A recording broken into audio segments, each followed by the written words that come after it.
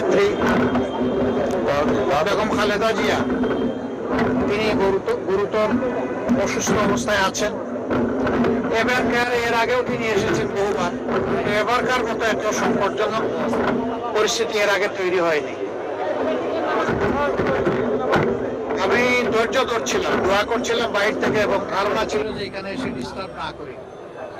বিএনপির পক্ষ থেকেও সেই ধরনের একটা আহ্বান মহাসচিব জনাব মির্জা ফখরুল ইসলাম আলমগীর সাহেব জানিয়েছিলেন যে সবাই দোয়া করুন, এখানে এসে সবাই ভিড় করবেন না। এখানে ওনারও চিকিৎসা বিঘ্নিত হচ্ছে, আরো রোগীদের চিকিৎসা বিঘ্নিত হচ্ছে। কিন্তু আজকে আর কোনোভাবে মনকে বুঝাতে পারিনি, এই জন্য আসলাম। আমি ওনাকে দেখে এসেছি। এখন ওনার ডায়ালাইসিস চলছে এবং তিনি আসলে ডিপ সিডেশনেই আছেন। সারা দুনিয়ার